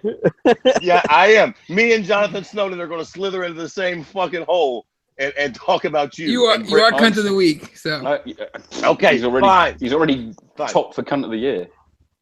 So first, It's early, get the dude. fuck out of here. I'll be Yeah. cut of the week for the first week. No, I'll keep until the that fucking hair comes the off, Jordan crying and you face. But fulfill that's your as good as it bet gets. like the proper person you should do instead of the Weasley little fucking Ohio ginger. Then you're gonna be cunt of the week until you actually honor your bet. You make real bets. It was a real bet. No, It was a real bet. Bullshit. Yes, it fucking was. Bullshit. That's why I made it. If I couldn't have fulfilled it, I God. wouldn't have made the bet. all right, You man. can all go fuck yourselves. Have a great night. Have a good night, Fred. Later, guys. I gotta go. Later, boys. Later. Away. Oh man. And that's what we call that's Oh, what we call the old English rip of the week right there, people. that was awesome. Oh, that was great. That was great. But we got to mention honorable mention cunt of the week, Cody East by far. Jonathan What the Snowden. fuck? Yeah, what the fuck's with East again, dude? Like, was it the second Yeah. time, third time he beats it? He fucking kneed his girlfriend in the face and then dragged her down the street or whatever it was. Big Yeah, something like giant that. guy, big giant heavyweight, fucking beating up mean chicks. What the fuck's up with that guy? Yeah, he's definitely cunt of the week. 1B or 1A, whatever you want to put him at. Yeah, he's joint top then. I'll give him that. Yeah, Scum. dude, it's fucked up. Just take him out Fucked up. into the desert and put a bullet in the back of his head. Fuck it. Right, but that's I mean, think about it. That's not our topic, but you kind of gotta. There's no other solution. You can't rehab a person like that. Just like you can't rehab child molesters or anything crazy like that. You can't rehab those fuckers. You got to take them to the back of the wheelchair and boom. Well, it I seems got that it. bloody MMA's their rehab at the moment, isn't it? Fucking hell. Yeah. Nah, What I got you it. doing? I got it. Put him in jail.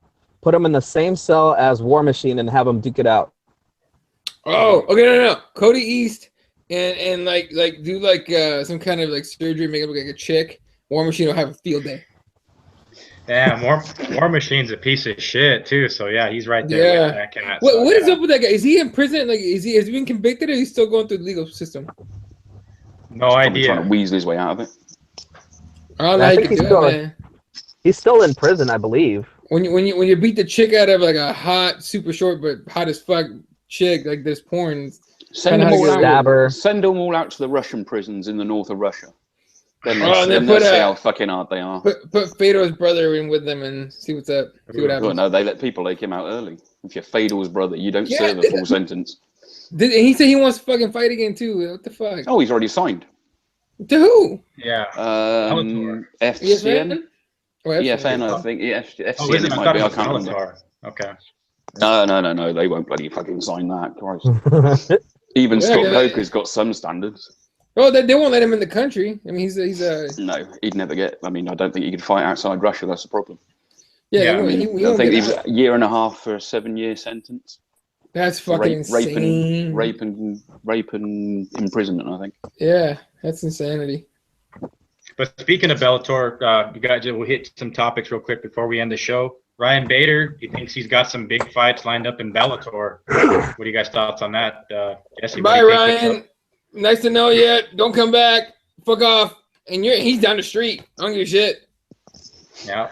I agree. I think he gave his best to the UFC, and bye-bye. We'll see you in Bellator getting beat up by Phil Davis or something. Yeah. Title shot. Yeah, he can definitely be another Bellator guy that, an ex-UFC guy that sits in Bellator for 25 months and doesn't have a fight.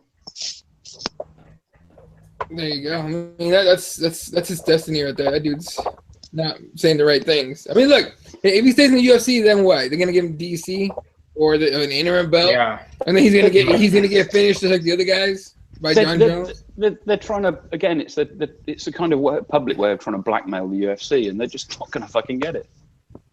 I've got some great fights lined up if you don't do it.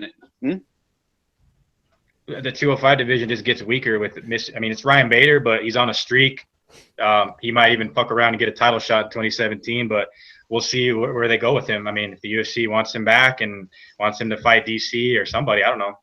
They need all they can get at 205, in my opinion. Yeah, but they still, by the way, some fighters not going to, a single fighter, especially Ryan Bader, isn't going to be able to just try and bend the UFC or WME over a barrel.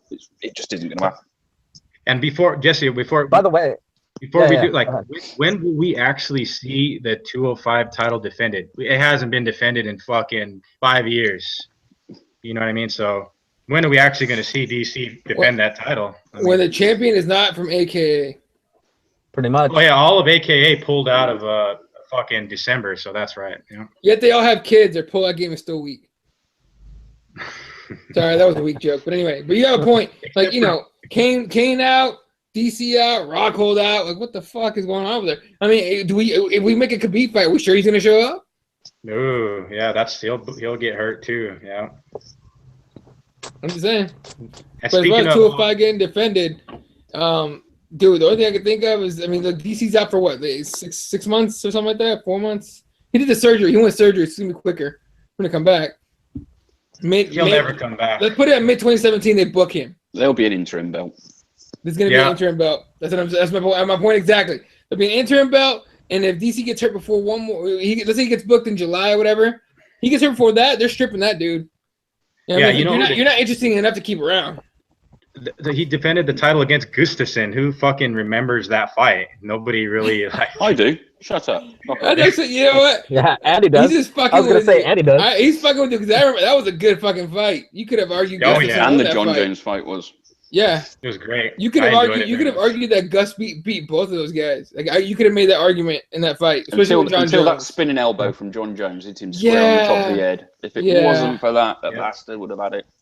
And I thought, honestly, I did not think he was gonna be able to throw that. And when he threw that and landed it, I was like, "Ooh, that does not look good." God damn it! Nope. I had Gus winning that fight all the way, and then that shit. So, but against DC, I thought he beat DC. Oh yeah, I do. And then speaking of NorCal, too. What? Go ahead, Jesse. Oh no. I was gonna ask you guys, do you think the biggest winner of the weekend was TJ Dillashaw? Because of the fact that if he had, I think his opportunities would have been after joining that MA, AAA, and all that stuff, and still he kind of won his title shot by being the guy that goes out there and goes, if I don't get a title shot, this thing is rigged. Like he kind of cornered the UFC by saying that, because had he not said anything, do you think they would have just been like, well, we'll just run it back with Cruz? Don't you think they would have announced the Cruz and Cody rematch right away? But now they kind of got to be like, well, we probably should give it to TJ. Dana White went on fucking FS1. He was like, well, you know, since TJ Dillashaw says if he doesn't get the title shot, it's rigged, we're going to go ahead and do the Cruz rematch right now. They're just fucking around, right? But look, say as you want, he might be joking and shit, but that was a little bit of a jab. Like, hey, TJ, shut the fuck up. We can do this shit if we want to. But no, I mean, what? Dominic also said give it to TJ anyway. Oh, for sure. Before it was all. So I think, you know. No, I agree. And I agree. I think TJ should be next. I really do. You know, he beat the last two number 2 guys, right? That's the number 2 ranked guys, beat both of them. And I think he didn't finish the last fight. No, he finished this one, right? What was it? Sunsao and now Lineker, right? Lineker. Right. So he beat 2 number 2s. Right? He deserves it. Dominic Cruz believes he deserves it. Yeah, and he beat them well as well. Oh, yeah, exactly. You got the storyline. Make the fucking fight, put it on a co-main of a card, and you move on with it. But the biggest winner this weekend was Conor McGregor. I mean, think about it. Ronda goes out. This dude's like, I'm just waiting for my stock, my stock notice and shit from the UFC. But Conor McGregor aside, I mean, biggest winner, you got to give it to, I don't know, Nunes, I think. You know what I mean? But now she's doing a little too much talking. But I thought she should have left it where she left it. Where she was like, Ronda's a great champion, but her coach tried to make her a boxer. I was wrong. I love when she won the fight, went out of the cage to Edmund, and just that shit right there. You know what I mean? Just shut up the whole time. By the way, did you guys hear the audio? The audio from his corner? Edmund's audio. Yes. What a coach he is. What a fucking Somebody made a compilation of all the audio. I forgot where it's somewhere on YouTube, but they made a compilation of all the audio from all the fights he's cornered. It's all bullshit. It all sounds like bullshit. You're like, how's this guy a coach? Like, is there a way to ban this guy from being able to train any UFC fighters at least? It's fucking disgusting. Ban him from the UFC, period. I mean, if that's even possible. You know those guys that go to like clothes shops, or they go to laundromats, or wherever you call them, where they do dry cleaning, and they just steal a uniform and then pretend to be an airline pilot. Oh yeah, stolen valor. Do you reckon he walked into a gym one day and just nicked a load of kit and just started pretending to be a fucking coach? Yeah, it's impossible how he is still. Like I said before, he must have some serious. He's got the porn tape that everybody wants with Ronda. That's what he's got.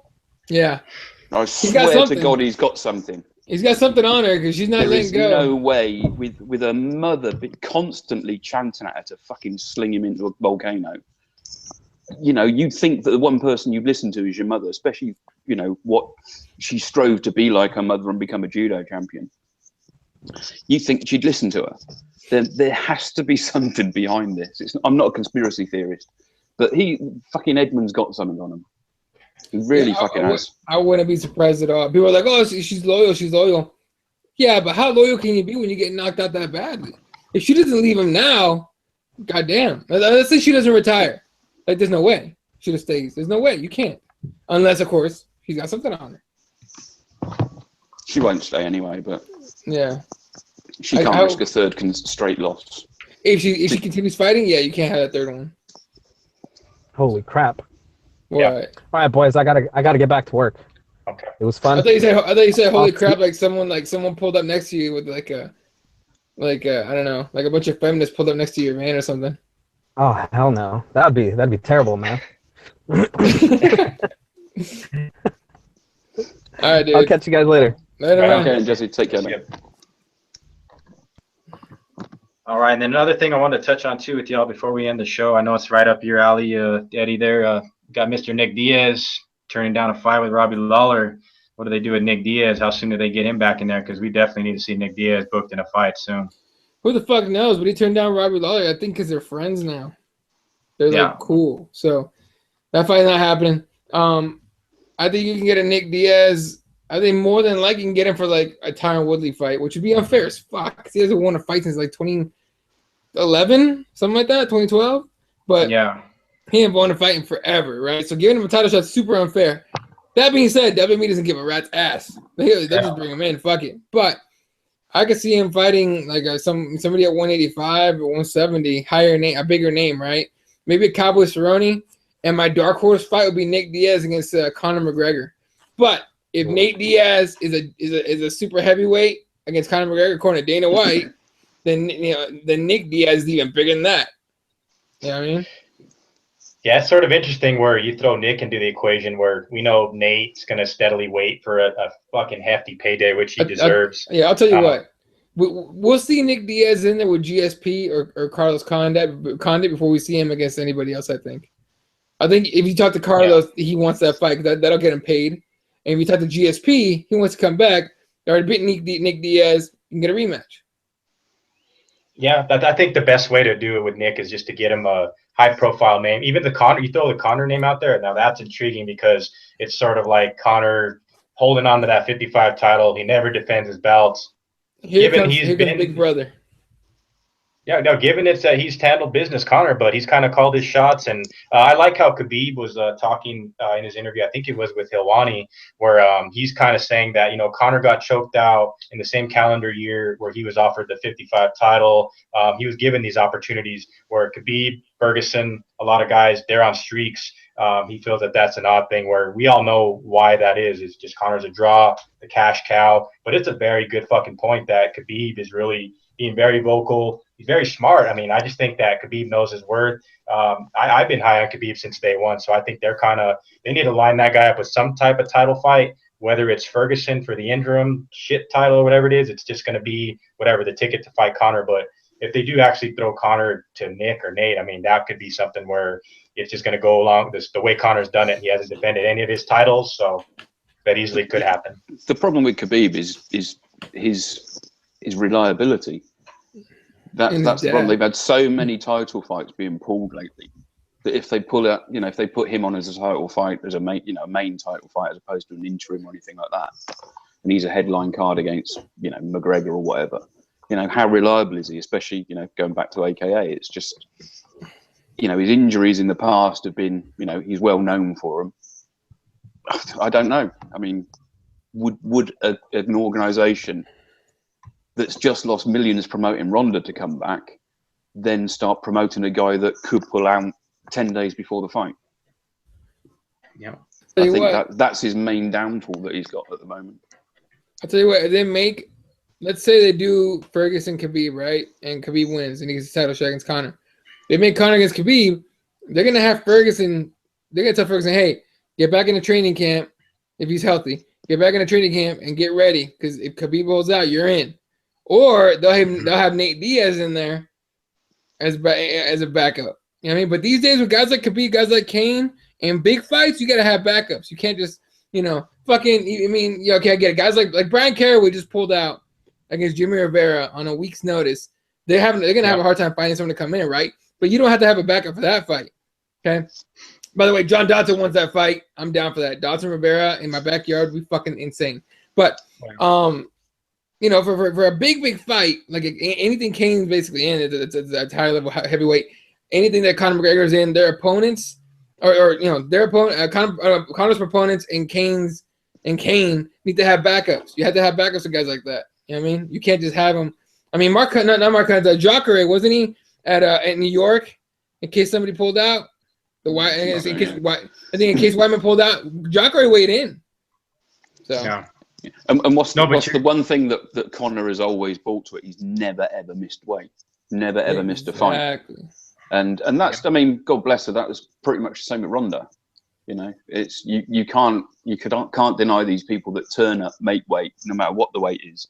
They turn up for the title fights, and that reliability is what's important to a company like that. If you can keep promoting somebody that you know is always going to be on the scales, that's always going to be there.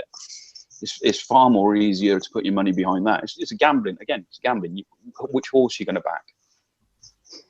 And see, yeah, that's great. Yeah, good stuff, Alex. I think the Khabib fight does make sense, and the timing that we're looking at right now, it would make sense that the fight gets booked soon, because I think after that March date or so, Khabib, his religion, the Ramadan taking place, so they can't push this fight to the summertime or so. It's got to happen soon, whether it's with Ferguson or whoever it's going to be. But like Eddie was saying, you got to have a backup plan. There's all these moving pieces now. When it involves Conor, of course, but like you said, Andy, it's ultimately the truth. Conor's never missed weight. That's what the company looks for, and Ronda is in the same too. Ultimately, you got to make weight and show up and deliver the performance. So Conor is more than capable of doing that. Khabib has yet to do that, other than UFC 200. But we know the guy is just a proven killer, and I just think him and Kukui are destined to meet. They're both deserving of a shot at gold, whether it's interim or not. So. There you go. And is there anything else you guys want to touch on before we end the show here tonight? No, only that Kirby, next time he's got to show his face anyway, he's got to have no fucking hair on his head. He's not gonna do it, man. He needs to keep all 60 ugly ass chicks that like his shit on Instagram happy. Okay. Yeah, does he know they're all blind? He doesn't know. I don't have hard to tell him. You know, they just don't even know which side they're swiping on all this crap. I don't know what it is with him. I mean, I don't know. He must think he's like Samson or something. That everything's in his head, in his hair. Oh, look, man. Something's wrong with his head. I don't know if it's his hair. Oh, yeah, absolutely. But he's got... And everybody needs to just fucking taunt the shit out of the little bastard.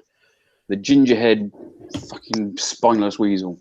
They've been doing it too. Fucking. Oh yeah, good. More of it. More of it. Oh, I want him to be shamed. Everyone's been going after him, and it's fucking hilarious. Like, everybody keep after it. Everybody, y'all know the drill. If you watch the show, you know what the circumstances were, what the bet was, and we're gonna hold Kirby to it. Absolutely. Right. And with that, we'll end the show tonight. You could definitely follow us at MMA Advocates on Twitter, CrossBonesMMA. You can follow Eddie at ELaw31. Andy doesn't get two shits. I'm Dave at Dave's people MMA stop Brief. following me. I keep getting followers. Fuck off. I've made a point of saying if I get 500 followers, I'm fucking leaving Twitter, because there shouldn't be 500 people on this planet that want to listen to this shit I type. Fuck off, you get lives. Stop fucking following me. Piss off. And there you have it from Mr. Andrew Reed. And also follow Jesse at Squat 1983, the one and only Fred Kirby, Gem City Jesus himself, Kirby MMA. You can follow him there. And shoot him a tweet up. AKA should be hairless bastard. Spineless weasel. And with that, we have episode 25 in the books. We appreciate y'all who tuned in live. Otherwise, we look for the upload on SoundCloud. Shout out to Fightbook MMA, Mike Jarves, Joker City, everybody that tunes in. We appreciate y'all, and we'll definitely catch y'all in the next one. Happy New Year's, motherfuckers.